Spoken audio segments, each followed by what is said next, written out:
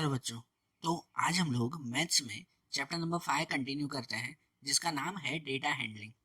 देखो, इस चैप्टर में हमने अभी तक दो एक्सरसाइज देखी ना, 5.1 और 5.2, जिसके अंदर हमने ग्राफ के अलग अलग टाइप्स देखे। सिंपल बार ग्राफ भी बनाना सीखा, उसके बाद हिस्टोग्राम भी हमने बनाना सीखा, फिर पाई चार्ट के बारे में भी हमने इंफॉर्मेशन ली थी। ये पॉइंट्स हमने सीखे थे ना। अब हम लोग चैप्टर में एक्सरसाइज 5.3 शुरू करें, जिसके अंदर हम लोग एक नया पॉइंट सीखेंगे। जो नया पॉइंट है चांस एंड प्रोबेबिलिटी। पॉइंट का नाम क्या है? Chance and probability. तो इसका मतलब क्या, इसके बारे में पहले जो है वो थोड़ी सी इंफॉर्मेशन समझ लें। देखो, चांस किसे कहते हैं? मैथमेटिक्स में चांस मतलब क्या?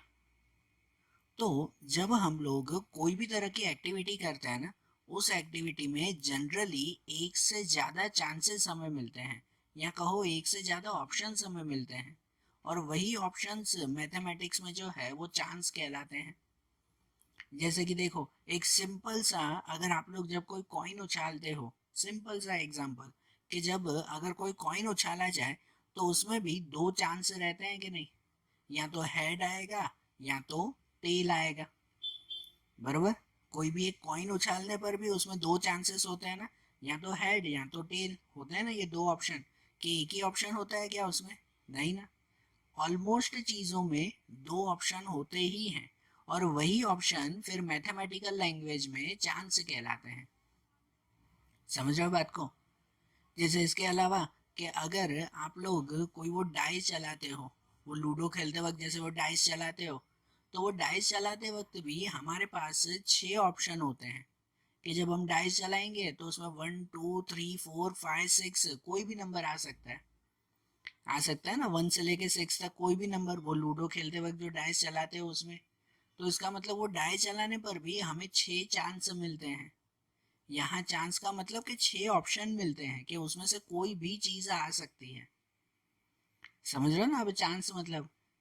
सबसे सिंपल ये भी, कि अगर आप लोग जो है वो कहीं बाहर घूमने जाते हो, तो भी जो है वो दो चांस उसमें रहते हैं। जनरली दो चांस है, कि या तो जहाँ घूमने जा रहे हो वो नई जगह पसंद आएगी, या तो नहीं पसंद आएगी। ऐसे ना, उसमें भी दो चांस होते हैं ना। समझ आ रही है ना बात है? तो ऐसे कोई भी ऑप्शन, कोई भी एक्टिविटी आप समझ लो, उसमें जनरली एक से ज्यादा जो चांसेस हो ना, एक से ज्यादा जो ऑप्शंस हो ना, तो उन ऑप्शंस को सिंपल वे में चांस कहते हैं। ठीक है? एक से ज्यादा ऑप्शन जो हुए वो क्या कहलाते हैं? चांस कहलाते हैं। अब इनमें चांस के अंदर हम लोग जो है वो कुछ टॉपिक्स, कुछ पॉइंट्स हम लोग समझे। कि जैसे कि पहला एक पॉइंट हम लोग कहते हैं कि एक टर्म आता है जिसे हम लोग कहते हैं आउटकम्स। क्या कहलाता है वो? आउटकम। तो आउटकम्स किसे कहते हैं? आउटकम वो कहलाते हैं कि कोई भी एक्टिविटी करते वक्त, मतलब कोई भी एक्सपेरिमेंट एक्टिविटी करते वक्त जो टोटल रिजल्ट मिलते हो ना, वो उनके टोटल आउटकम्स कहलाते हैं। मतलब सपोज कि अगर आप लोग जो है वो कोई डाइस चला रहे हो, जैसे वही लूडो खेलने वाला जो डाइस होता है, तो वो डाइस अगर चला रहे हो तो उनमें हमें 1 to 6 तक के नंबर्स मिलते हैं। मिलते हैं कि नहीं? 1 2 3 4 5 6 ये नंबर्स मिलते हैं ना। तो ये सभी नंबर्स वो क्या कहलाते हैं? आउटकम्स कहलाते हैं। कि भाई वो डाइस चलाते वक्त ये टोटल आउटकम्स हमारे हैं। अगर कोई एक कॉइन चला रहे हैं, एक अगर कॉइन उछाल रहे हैं, तो कॉइन उछालते वक्त भी हमारे पास दो आउटकम्स होते हैं, या तो हेड आएगा या तो टेल आएगा। ठीक है? तो ये हेड या टेल वो उसके टोटल आउटकम्स कहलाए। कि कॉइन उछालते वक्त ये दो ऑप्शन, ये दो आउटकम्स हमारे सामने रहते हैं ना। अगर कोई कार्ड की गेम खेल रहे हो ना, वो पत्तों की गेम आप लोग खेलते हो ना, कार्ड गेम्स, तो उसमें टोटल कितने कार्ड्स होते हैं? 52 कार्ड्स होते हैं कि नहीं? टोटल 52 कार्ड्स होते हैं जो कार्ड की गेम आप लोग खेलते हो वो। तो वो कार्ड की गेम्स में अगर उसमें कोई, अगर आप एक्सपेरिमेंट कोई एक्टिविटी कर रहे हो, तो उसके आउटकम्स अगर आप ढूंढने जाओ ना, तो उसमें टोटल 52 आउटकम्स होते हैं। कोई एक कार्ड की गेम में कितने आउटकम्स होंगे? 52 आउटकम्स। समझे? तो आउटकम्स मतलब कोई भी चीज का टोटल, उसमें कितने चांसेस मिल रहे हैं, कोई भी एक्टिविटी में टोटल कितने चांसेस मिल रहे हैं, वो उसके आउटकम्स कहलाते हैं। बराबर? और उन पर से इसी आउटकम पर से प्रोबेबिलिटी ढूंढी जाती है। इसी आउटकम पर से क्या ढूंढा जाता है? प्रोबेबिलिटी। प्रोबेबिलिटी मतलब कि कोई भी तरह के चांसेस होने की संभावना। प्रोबेबिलिटी को हिंदी में हम लोग कहते हैं संभावना, कि शायद ऐसा हो सकता है, बराबर ना। प्रोबेबिलिटी चांसेस के थ्रू ही फाइंड की जाती है। कोई भी चांस, कोई भी एक्टिविटीज में उसके कितने चांसेस हैं, कोई भी चीज होने के कितने चांसेस हैं, वो उसकी प्रोबेबिलिटी कहलाती है। एक एग्जांपल से समझते हैं कि जैसे अगर कोई डाइस चला रहे हैं तो उस डाइस में इवन नंबर आए, उसके कितने चांसेस हैं? कोई डाई अगर हम लोग चला रहे हैं तो उसमें इवन नंबर आना चाहिए। इवन नंबर कौन कौन सा? तो 2, 4, 6, ये इवन नंबर कहलाता है ना। तो एक डाइस चलाते वक्त इवन नंबर आने चाहिए, इसके कितने चांसेस हैं? तो वो कितने चांसेस वो फाइंड करना हो ना, मतलब प्रोबेबिलिटी होती है। प्रोबेबिलिटी ढूंढने की एक ही सिंपल फार्मूला है, एक ही सिंपल फार्मूला है। वो सिंपल फार्मूला ये है कि एक आता है अकरेंस आउटकम्स, है ना, या तो अकर्ड आउटकम्स, और दूसरा अपॉन में आता है टोटल आउटकम्स। अपॉन में क्या होता है? Total outcomes. एक होता है अकर्ड आउटकम्स, या खाली ओ लिखो या ओ लिखो, अकर्ड आउटकम्स। और दूसरा आता है अपॉन में टोटल आउटकम्स। अकर्ड आउटकम्स का मतलब ये कहलाता है कि आपको जैसे पूछा हुआ है उसके कितने चांसेस हैं वो लिखना, और अपॉन में टोटल चांसेस लिखना। कि जैसे सपोज कि अगर कोई डाइस चला रहे हैं तो डाइस में टोटल चांसेस कितने हैं? तो टोटल 6 चांसेस हैं। 6 चांसेस है ना, मतलब ये जो टोटल आउटकम्स लिखे जाते हैं ना, ये टोटल चांसेस हैं, टोटल आउटकम्स लिखते हैं, उसमें कितना लिखेंगे? 6 लिखेंगे, कि एक डाइस चलाते वक्त तो टोटल 6 नंबर मिल सकते हैं। और उनमें से अगर आपको पूछे कि इवन नंबर के चांसेस ढूंढो या तो इवन नंबर की प्रोबेबिलिटी ढूंढो, तो ये 1 to 6 में इवन नंबर कितने आते हैं? 1 to 6 में इवन नंबर कितने होंगे? तो 1 से लेके 6 तक है ना, इवन नंबर 3 होंगे, 2, 4, 6, ये 3 इवन नंबर होंगे ना। तो ये 3 इवन नंबर वो अकर्ड आउटकम्स कहलाए, कि हाँ भाई ये इतना आंसर हुआ है, ये 3 क्या कहलाए? Even numbers. तो इसका मतलब इसका आंसर कैसे लिखा जाएगा कि अकर्ड आउटकम्स होंगे 3, कि भाई 3 इवन नंबर है, और अपॉन में टोटल आउटकम्स, तो टोटल आउटकम्स होंगे 6। तो ये जो लिखा गया ना 3/6, ये कहलाई प्रोबेबिलिटी। ये क्या कहलाई? प्रोबेबिलिटी कहलाई। तो प्रोबेबिलिटी ढूंढने के यही सिंपल फार्मूला है कि कितने अकर्ड आउटकम्स हैं वो ऊपर लिखो, और टोटल आउटकम्स कितने हैं वो अपॉन में लिखो, बराबर। देखो अब इसी थियरी के बेस पर हम लोग जो है वो हमारी टेक्स्ट बुक की एक्सरसाइज 5.3 शुरू करें, कि जिनमें हम लोग यही चांसेस और प्रोबेबिलिटीज के बारे में समझेंगे। और ये सब थियरिकल क्वेश्चंस ही हैं, इनमें कोई मैथ्स की फार्मूलाज या कोई स्पेशल जो है वो सम्स नहीं करने, नॉर्मल थियरिकल क्वेश्चंस। तो समझना इसमें कैसे करना है, कि जैसे कि 5.3 में पहला क्वेश्चन दिया हुआ है, उसमें लिखा हुआ है कि list the outcomes you can see in this experiments. यहाँ पर अलग अलग एक्सपेरिमेंट दिए हुए हैं, अलग अलग चांस, ये क्या कहते हैं, एक्टिविटीज दी गई है, और उसमें कितने आउटकम्स आएंगे, मतलब कि टोटल आउटकम्स, उसमें कितने चांसेस हो सकते हैं वो हमें लिखना है। कि जैसे कि पहला दिया हुआ है spinning a wheel, spinning a wheel. तो यहाँ पर ये व्हील दिया हुआ है ये ड्राइंग में, कि अगर ये व्हील चला रहे हैं तो उसमें कितने चांसेस हो सकते हैं, उसमें कितने चांसेस हो सकते हैं। तो on spinning the wheel we can get the following outcomes. कि अगर हम ये व्हील चला रहे हैं, जैसे देखो यहाँ पे ड्राइंग में दिया हुआ ना कि ये व्हील और बीच में जो है वो एक एरो करके दिया हुआ है। तो अगर ये एरो घुमाए तो वो एरो कहाँ कहाँ पे आ सकता है? तो इन सब पे आ सकता है ना, A B C D E, यहाँ पे भी E आएगा, ये शायद गलत लिखा हुआ है। क्या आएगा? A B C D E, इसी पे ही आएगा ना। मतलब टोटल आउटकम्स अगर देखें ना, कि on spinning the wheel we can get the following outcomes A B C D E। मतलब कि अगर ये व्हील चला रहे हैं ना तो उसमें चांसेस है कि ये व्हील, उसका एरो वो ए पर या बी पर रुक सकता है, या सी पर या डी पर या तो ई पर रुक सकता है। ऐसे हो सकता है ना, ये उनके आउटकम्स हुए ना, समझ में आ रहा है ना। या जैसे दूसरा दिया हुआ सेकंड क्वेश्चन कि टॉसिंग टू कॉइन्स टुगेदर, कि दो कॉइन अगर साथ में चलाएं तो क्या होगा।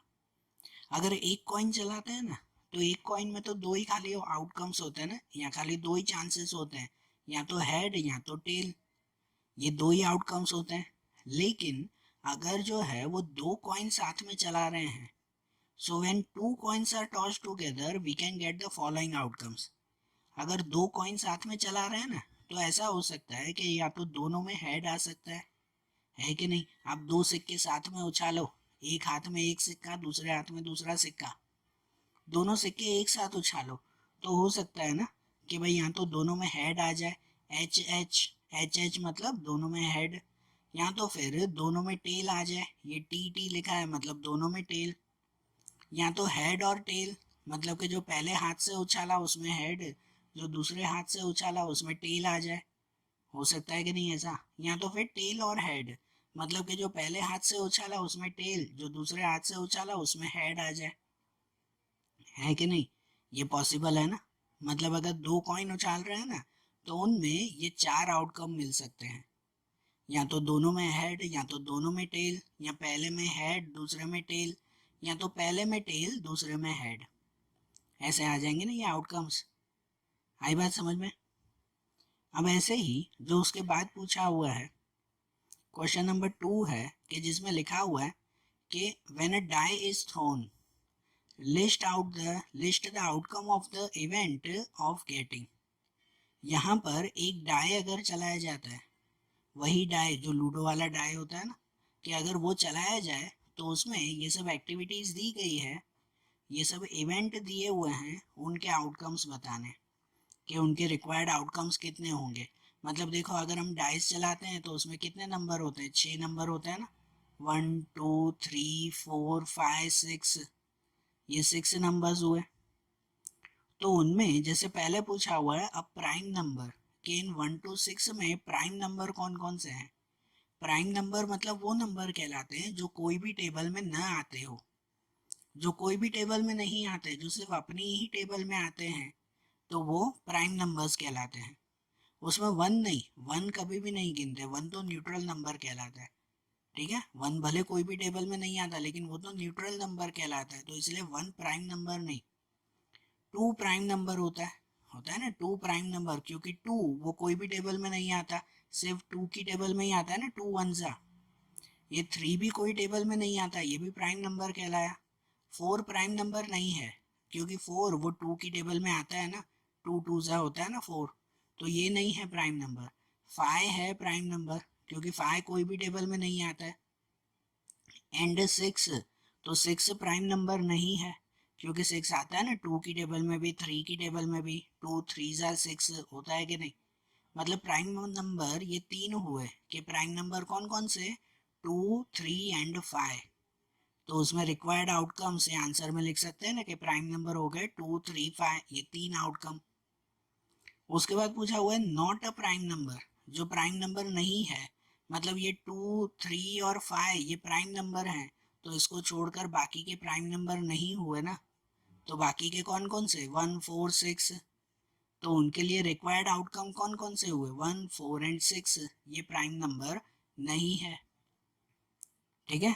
फिर उसके बाद सी में पूछा हुआ है अ नंबर ग्रेटर देन 5, 5 से बड़ा नंबर, तो 5 से बड़ा नंबर तो ये एक ही है, कौन सा, सिर्फ 6, तो उसका मतलब उसमें रिक्वायर्ड आउटकम ये सिर्फ 6 आएगा, सिर्फ 6 लिखे ना, बराबर ना, क्योंकि 5 से बड़ा नंबर पूछा हुआ है तो वो सिर्फ वही आएगा। And number not greater than 5, जो 5 से बड़ा ना हो, मतलब ये 6 नहीं लेना है, तो बाकी के ये पांचों नंबर आ जाएंगे ना। 5 से बड़ा नहीं होना चाहिए, 5 तो चलेगा ना, तो इसलिए 6 को छोड़कर ये बाकी के नंबर कौन कौन से, 1 2 3 4 5, ये आ जाएंगे 5 नंबर। ठीक है, समझ आई ये बात। अब जैसे ये देखा ना हमने, अब ऐसे ही उसके बाद वाला क्वेश्चन देखें, क्वेश्चन नंबर 3। देखा ना, सब में सिंपल सिंपल क्वेश्चन ही है, कोई बड़े क्वेश्चंस नहीं है। अब यहाँ क्वेश्चन 3 में ऐसा पूछा हुआ है कि फाइंड द, और उसमें क्वेश्चन 1 ए करके दिया हुआ है, ऐसे लिखा हुआ है, क्या ढूंढना है कि probability of the pointer stopping on D in question 1A। हमने जो क्वेश्चन 1 किया ना, तो उस क्वेश्चन 1 में जो पूछा हुआ था ना, उसकी प्रोबेबिलिटी अब हमें फाइंड करनी है। क्या फाइंड करनी है? उसकी प्रोबेबिलिटी। तो अब अगर प्रोबेबिलिटी फाइंड करनी हो ना, तो मतलब कि उसको फार्मूला वाइज, वो जैसे अपॉन में लिखते हैं ना, वैसे जैसे कि देखो यहाँ पर एक क्वेश्चन समझे इसमें कि क्वेश्चन 1A में जो पूछा हुआ था कि क्वेश्चन 1 में ये ड्राइंग थी, ये ड्राइंग बनी हुई थी ना, कि उसमें ये एरो बना हुआ था ABCDE, यहाँ ई तक। तो इसमें पूछा हुआ है कि ये एरो वो डी पे आ जाए, उसकी प्रोबेबिलिटी फाइंड करो। A pointer stopping on D in question 1A। इस क्वेश्चन 1 में जो पूछा हुआ था कि अगर ये पॉइंटर घूमकर डी पे आ जाए वो, तो इसकी जब भी प्रोबेबिलिटी फाइंड करनी हो ना, तो प्रोबेबिलिटी में पहले टोटल आउटकम्स कितने हैं वो फाइंड कर लेते हैं कि टोटल कितने नंबर हैं। तो यहाँ ABCDE टोटल कितने हुए? 5 हुए ना। सो पहले लिखेंगे कि टोटल नंबर ऑफ सेक्टर 5 है, और उसमें कहाँ पे रुकना चाहिए वो एरो? तो वो एरो डी पे रुकना चाहिए ना। और डी कितनी बार आ रहा है? डी कितनी बार लिखा हुआ है? एक ही बार लिखा हुआ है ना। वो एरो डी पे रुकना चाहिए, पॉइंटर डी पे रुकना चाहिए। तो वो डी कितनी बार आ रहा है? तो सिर्फ 1 टाइम्स आ रहा है। तो इसलिए यहाँ पे लिखेंगे कि number of sector where the pointer stop, कि उस पॉइंटर को कहाँ रुकना है? तो खाली एक जगह पे रुकना है, तो उसमें 1। इसीलिए जब उसकी प्रोबेबिलिटी ढूंढते हैं ना कि probability of pointer stopping eight D, तो उसमें कितनी बार रुकना है वो उसे ऊपर लिखते हैं, मतलब 1 ऊपर। और अपॉन में हमेशा टोटल सेक्टर या तो टोटल नंबर लिखे जाते हैं कि अपॉन में टोटल नंबर कितने हैं? 5। मतलब कि प्रोबेबिलिटी कितनी हो गई? तो 1/5 हो गई कि वो पॉइंटर डी पे आके रुके, उसके चांसेस, उसकी प्रोबेबिलिटी 1/5 है। समझ आ रही है बात? हमेशा प्रोबेबिलिटी ढूंढनी हो तो उसे ऐसे ही अपॉन में लिखते हैं कि जहाँ ये नीचे हमेशा टोटल नंबर्स लिखते हैं, और ऊपर जितने नंबर पूछे गए हो, जैसे यहाँ पे कितना पूछा हुआ है तो खाली डी पे रोकना है, उसको ही पूछा हुआ है ना, तो वो डी तो एक ही बार आता है, बराबर एक ही बार आता है, इसलिए वहां पे 1 ही लिखा सिर्फ हमने। समझ आई ये बात? देखो वैसे ही इसका दूसरा भी फाइंड करें कि क्वेश्चन 3 में ही बी में दिया हुआ है, ये बी पॉइंट है, उसमें पूछा हुआ है probability of getting an S from a well shuffled deck of 52 playing cards. कि जैसे 52 कार्ड्स होते हैं ना, प्लेइंग कार्ड्स, मैंने बताया ना, आप जो वो ताश के पत्ते खेलते हो कि उसमें टोटल कितने पत्ते होते हैं? तो 52 होते हैं। तो इन 52 में से एस ढूंढने की, गेटिंग एन एस, एस मतलब कहलाता है इक्का, जो ए लिखा हुआ होता है ना, नंबर 1 की जगह ए लिखा हुआ होता है ना, उसके बाद सेकंड नंबर आता है। तो जो फर्स्ट नंबर लिखा हुआ एस, उसकी चांसेस, उसकी प्रोबेबिलिटी हमें ढूंढनी है। तो हमेशा फिर से बता रहा हूँ, प्रोबेबिलिटी ढूंढने के लिए क्या करते हैं? सबसे पहले टोटल नंबर कितने हैं वो लिख लेते हैं, कि मतलब टोटल नंबर ऑफ कार्ड्स कितने हैं? 52। उसमें से पूछा क्या हुआ है, क्या हमें चाहिए? तो गेटिंग एन एस, कि एस हमें फाइंड करना है। तो एस कितने होते हैं? मतलब कि उसमें, उस पत्तों में इक्के कितने होते हैं? नंबर 1 के कितने पत्ते होते हैं? तो 4 पत्ते होते हैं। हर एक के 4-4 पत्ते उसमें होते हैं ना। नंबर 1 के भी 4 पत्ते होते हैं। तो इसका मतलब कि नंबर ऑफ एस वो कितने लिखे जाएंगे? 4। नंबर ऑफ एसेस 4 लिखे जाएंगे, बराबर। और उसकी जो प्रोबेबिलिटी फाइंड करें कि probability of getting an S, तो उसमें प्रोबेबिलिटी किसकी फाइंड करनी है? एस की, तो वो है 4। और अपॉन में लिखते हैं हमेशा टोटल, कि अपॉन में टोटल कितने आ गए? 52। 4/52। अगर इसे कट करना हो तो कट कर सकते हैं, कि जैसे कि ये दोनों 4 से ही कट होते हैं, ये कट हो जाएगा कि 4 1 जा, और ये कट हो जाएगा 4 13 जा। मतलब कितना आ जाएगा? 1/13। कितना आ जाएगा आंसर? 1/13 आ जाएगा। ये टोटल प्रोबेबिलिटी, ये टोटल चांसेस कहलाए ना हमारे, बराबर। ऐसे इसमें नेक्स्ट देखें तो क्वेश्चन 3 में ही सी दिया हुआ है कि probability of getting a red Apple. यहाँ पे देखो ये ड्राइंग में दिया हुआ है कि इस ड्राइंग में अलग अलग एप्पल्स इसमें दिए हुए हैं कि जिसपे आर आर लिखा हुआ है ना मतलब वो रेड एप्पल्स हैं, और जिसपे जी जी लिखा हुआ है ना मतलब वो ग्रीन एप्पल्स हैं। और हमें क्या फाइंड करना है कि probability of red apples, red Apple की प्रोबेबिलिटी हमें फाइंड करनी है। फिर से बता रहा हूँ कि प्रोबेबिलिटी ढूंढने के लिए सबसे पहले क्या करते हैं, तो प्रोबेबिलिटी के लिए सबसे पहले जो है वो टोटल नंबर्स फाइंड कर लेते हैं। क्या फाइंड कर लेते हैं, टोटल नंबर्स के टोटल कितने एप्पल्स हैं। तो ड्राइंग में देखो टोटल कितने एप्पल हैं, ये 3 और नीचे 1 मतलब टोटल 7 एप्पल हुए ना। कि यहाँ पे लिखे हैं टोटल नंबर ऑफ एप्पल्स 7 हो गए। उसमें से ढूंढना क्या है, हमें रेड एप्पल के चांसेस ढूंढने हैं ना, रेड एप्पल की प्रोबेबिलिटी ढूंढनी है ना। तो इन 7 में से रेड एप्पल कितने हैं, तो उनमें से रेड एप्पल वो ये 4 हैं, 4 बार लिखा हुआ है ना आर आर आर करके, ये 4 रेड एप्पल्स हैं। मतलब कि नंबर ऑफ रेड एप्पल्स उसमें लिखे जाएंगे ये 4। और अब अगर उनकी प्रोबेबिलिटी फाइंड कर लो ना कि probability of getting an red Apple, तो उसमें ये ऊपर 4 लिखा जाएगा जो चांसेस पूछे हुए हैं, और अपॉन में टोटल आउटकम्स कि अपॉन में टोटल नंबर कितने 7, मतलब आंसर मिल जाएगा आपको 4/7। ठीक है, ऐसे ही ढूंढेंगे ना अभी प्रोबेबिलिटी, और इसको फिर पॉइंट में नहीं करते, इसको डिवाइड करके पॉइंट में दूसरा कोई आंसर नहीं लिखना है, प्रोबेबिलिटी ऐसे ही फ्रैक्शन में ही लिखी जाएगी, अपॉन में ही लिखी जाएगी। ठीक है, समझ आई बात। अब ऐसे ही उसके आगे क्वेश्चन नंबर 4 देखें। इसमें ऐसे पूछा हुआ है कि numbers 1 to 10 are written on 10 separate slip, one number on one slip.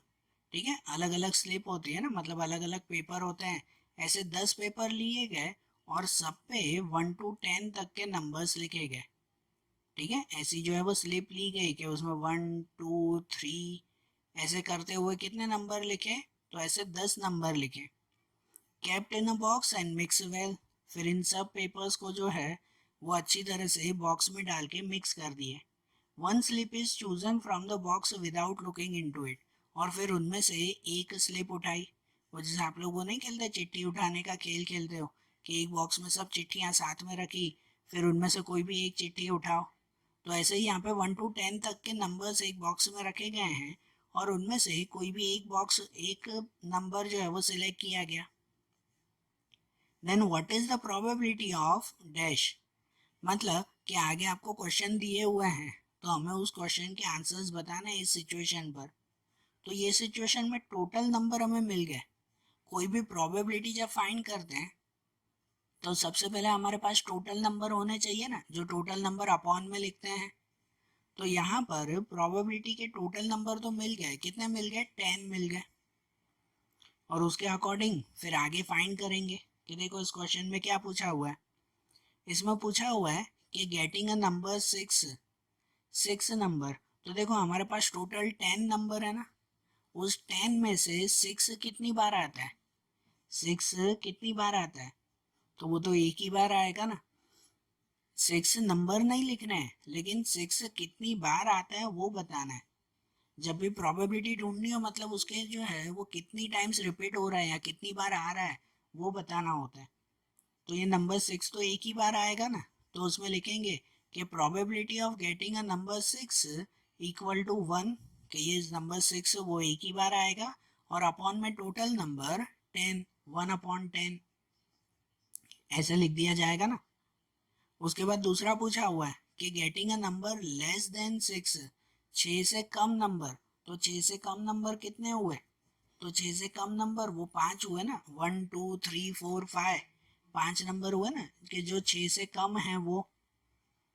तो मतलब कि उसकी प्रोबेबिलिटी में ऐसे लिखेंगे ना कि probability of getting a number less than 6, तो लेस देन 6 में आ जाएगा 5, 6 से कम टोटल 5 नंबर होते हैं, और अपॉन में टोटल कितने नंबर हैं 10, अपॉन में टोटल 10 ये चिट्ठियां है ना, तो 5/10।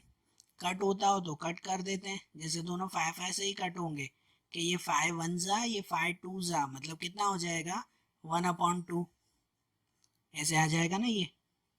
और उसके बाद getting a number greater then 6, greater than 6, 6 से बड़े नंबर कितने हैं उसमें, तो 1 to 10 में 6 से बड़े नंबर 4 आते हैं ना, 7, 8, 9, 10, ये 4 नंबर हुए ना जो 6 से बड़े हैं। मीन्स के probability of getting a number greater then 6 उसमें लिखेंगे 4, 4 और अपॉन में 10, अपॉन में टोटल ही लिखते हैं हमेशा 10। तो इन दोनों को भी अगर 2 2 से कट कर देना तो ये हो जाएगा 2 2 ज़ा 4 और नीचे 2 5 ज़ा 10, प्रोबेबिलिटी मिल जाएगी 2/5। और ऐसे ही इसमें अगर पूछा जाए कि getting a 1 digit number, 1 to 10 में से 1 डिजिट वाले कितने नंबर हैं, तो 1 डिजिट वाले नंबर होते हैं 9, 9 नंबर होता है ना 1 से लेके 9 तक, ये सब 1 डिजिट के ही है ना। फिर 10 तो 2 डिजिट हो जाता है ना, 1 and 0 10, तो ये तो 2 डिजिट का नंबर हो गया। तो मतलब 1 डिजिट वाले तो कितने नंबर हुए, 9 नंबर्स ही हुए। So probability of getting 1 digit number, तो इसकी प्रोबेबिलिटी अगर आप फाइंड करो तो उसमें आएगा 9 और अपॉन में 10, 9/10, ये हो गया ना 1 डिजिट के नंबर्स। समझ आया कैसे प्रोबेबिलिटी फाइंड करनी है, कि 1 to 10 तक टोटल नंबर दिए हुए थे, उस पर से हमने ये सब आंसर्स फाइंड किए ना। ठीक है, ऐसे ही देखो कि उसके बाद वाला क्वेश्चन, क्वेश्चन 5, इसमें ऐसा दिया हुआ है कि if you have a spinning wheel with 3 green sector, 1 blue sector and 1 red sector, and what is the probability of getting a green sector, what is the probability of getting a non blue sector। मतलब ऐसा है कि कोई अगर wheel है कि उस wheel में अलग अलग सेक्टर बने हुए हैं, अलग अलग पार्ट बने हुए हैं, कि जैसे उन पार्ट में जो है वो 3 ग्रीन सेक्टर है, मतलब कि कोई एक ऐसा पार्ट बना हुआ है कि जिसके अंदर है ना ये 3 ग्रीन सेक्टर है, एक रेड है और एक ब्लू सेक्टर है। सेक्टर मतलब इतना एरिया दिया हुआ है ना, तो उसके हिसाब से हमें इसकी प्रोबेबिलिटी ढूंढनी है कि ग्रीन सेक्टर की कितनी प्रोबेबिलिटी होगी और दूसरा नॉन ब्लू सेक्टर की कितनी प्रोबेबिलिटी होगी, वो हमें फाइंड करना है। बराबर, तो देखो ये कैसे फाइंड करेंगे कि यहाँ पे पहले लिख देंगे कि टोटल नंबर ऑफ सेक्टर कितने हैं। कोई भी प्रोबेबिलिटी ढूंढने के लिए पहले हमें टोटल नंबर चाहिए ना, तो टोटल कितने सेक्टर हैं, तो देखो 3 ग्रीन है, एक ब्लू और एक रेड, तीनों का प्लस करो मतलब टोटल 5 सेक्टर है। टोटल तो 5 सेक्टर है ना, प्रोबेबिलिटी ढूंढने के लिए अपॉन में ये नंबर लिखते हैं जैसे इसमें 5। Then probability of getting a green sector, कि उसमें हमें ग्रीन सेक्टर की प्रोबेबिलिटी ढूंढनी है, तो ग्रीन सेक्टर कितने हैं, तो ग्रीन वाले 3 है ना, तो वो ऊपर लिखते हैं 3 और अपॉन में तो हमेशा टोटल नंबर लिखते हैं, तो अपॉन में हमेशा टोटल नंबर लिखते हैं, मतलब कितना लिखेंगे 5, तो आंसर क्या आ जाएगा 3/5 आ जाएगा। बरोबर, आ रही बात समझ में कि ग्रीन सेक्टर की प्रोबेबिलिटी हमें फाइंड करनी है, तो ग्रीन सेक्टर ये 3 दिए हुए हैं और अपॉन में टोटल 5, तो 3/5 ये आंसर। उसके बाद दूसरा आएगा कि probability of number of non blue sector, किसकी प्रोबेबिलिटी हमें ढूंढनी है, तो नॉन ब्लू सेक्टर की प्रोबेबिलिटी हमें फाइंड करनी है। नॉन ब्लू मतलब क्या, कि ये ब्लू नहीं होना चाहिए, उसके अलावा बाकी के सब, तो अगर ये ब्लू हटा दो तो बाकी के 3 ग्रीन और एक रेड हुआ ना, कितना हुआ 3 ग्रीन और एक रेड, मतलब 3 ग्रीन प्लस 1 रेड कितने हो गए 4 सेक्टर हो गए। तो मतलब उसकी प्रोबेबिलिटी अगर आप ढूंढो तो ये 4 सेक्टर और अपॉन में टोटल 5, तो कितना हो जाएगा 4/5 हो जाएगा। ऐसे मिल जाएगा ना ये नॉन ब्लू सेक्टर में। समझ में आया ये भी। और ऐसे ही इसमें दूसरा देखें, क्वेश्चन नंबर 6, उसमें पूछा हुआ है कि find the probability of the event given in question 2। Second question में जो हमने प्रोबेबिलिटी फाइंड की थी ना, जो हमने खाली इवेंट फाइंड किए थे उसमें, कि अगर एक डाई चलाया जाता है 1 to 6 तक के नंबर, तो उनमें से प्राइम नंबर कितने हैं, फिर जो है वो 5 से बड़ा नंबर कितना, ऐसे ऐसे पूछे हुए थे ना क्वेश्चंस, तो उनकी प्रोबेबिलिटी हमें फाइंड करनी है। क्वेश्चन नंबर 2 में हमने खाली आउटकम्स ढूंढे थे, अब उसकी प्रॉपर प्रोबेबिलिटी ढूंढे। तो देखो प्रोबेबिलिटी ऐसा ढूंढेंगे कि जैसे उसमें पहले में पूछा हुआ था कि probability of getting a prime number, पहले में क्या पूछा हुआ था कि हमें प्राइम नंबर की प्रोबेबिलिटी फाइंड करनी है। तो अगर प्राइम नंबर के बारे में कहा जाए ना, तो देखो एक डाई चलाते वक्त क्वेश्चन नंबर 2 में हमने देखा था कि जो एक डाइस चलाते हैं कि उसमें टोटल 6 नंबर होते हैं ना, 1 2 3 4 5 6, टोटल ये 6 नंबर हुए। तो उनमें से अगर प्राइम नंबर की प्रोबेबिलिटी ढूंढनी है तो हमने देखा था उसमें प्राइम नंबर कितने होते हैं, 3 होते हैं ना, 2 3 और 5। ये प्राइम नंबर हुए, 3 नंबर हुए ना उसमें, तो इसलिए उसकी प्रोबेबिलिटी में लिखा जाएगा 3 और अपॉन में टोटल नंबर लिखा जाएगा 6। क्या लिखा जाएगा, 3 और अपॉन में 6, 3/6। ये आंसर आएगा ना प्रोबेबिलिटी का। अगर कट होता हो तो कट कर सकते हैं कि जैसे देखो ये 3 और 6 दोनों 3 की टेबल में कट होंगे, कि ये ऊपर कट हो जाएगा 3 1 और नीचे कट हो जाएगा 3 2। तो आंसर मिल जाएगा 1/2। बरोबर, ये प्राइम नंबर की प्रोबेबिलिटी मिल गई ना। वैसे ही दूसरा पूछा हुआ है कि probability of getting a non prime number, जो प्राइम नंबर ना हो, मतलब इन 6 में से ये 3 तो प्राइम नंबर थे, 2 3 और 5। इनके अलावा जो नहीं है प्राइम नंबर उनके नंबर्स, तो वो बाकी के कितने हुए, बाकी के भी 3 ही हुए ना। तो इसलिए नॉन प्राइम नंबर्स में भी डायरेक्टली क्या लिखेंगे कि probability of getting a non prime number equal to 3/6। उसमें भी 3/6 ही लिखा जाएगा ना, कि जो प्राइम नंबर नहीं है वो 3 नंबर और अपॉन में टोटल 6 नंबर 3/6। ये भी कट होगा दोनों 3 3 से, तो बचेगा कितना, 1/2 बचेगा। ठीक है, आई बात समझ में। और ऐसा ही probability of getting a number greater than 5, 5 से बड़ा नंबर हमें फाइंड करना है। तो 5 से बड़ा नंबर कौन सा है, उससे बड़ा नंबर ये 6, एक ही नंबर है ना, 5 से बड़ा नंबर वो एक ही है ना। तो इसलिए उसमें लिखा जाएगा probability of getting a number greater than 5। 5 से बड़ा नंबर तो वो एक ही नंबर है, खाली 6 है तो इसके लिए उस 1, और अपॉन में टोटल कितने नंबर है, तो अपॉन में टोटल 6। मतलब आंसर क्या आ जाएगा, 1/6। ये आंसर बैठेगा ना। और इसमें probability of getting number not greater than 5, जो 5 से बड़ा नंबर ना हो वैसा। तो 5 से बड़ा नंबर ना हो मतलब कि इसमें ये 6 ना हो बाकी के सब, तो बाकी के कितने नंबर हुए, ये 5 नंबर हुए ना। तो उसके लिए लिख सकते हैं probability of number not greater than 5, तो उसमें आंसर आ जाएगा 5/6। क्या बैठ जाएगा आंसर, 5/6 बैठेगा। बरोबर, आ रहा है ध्यान कैसे किया हमने। तो प्रोबेबिलिटी कैसे ढूंढते हैं वो अब माइंड में क्लियर हुआ ना अच्छी तरह से।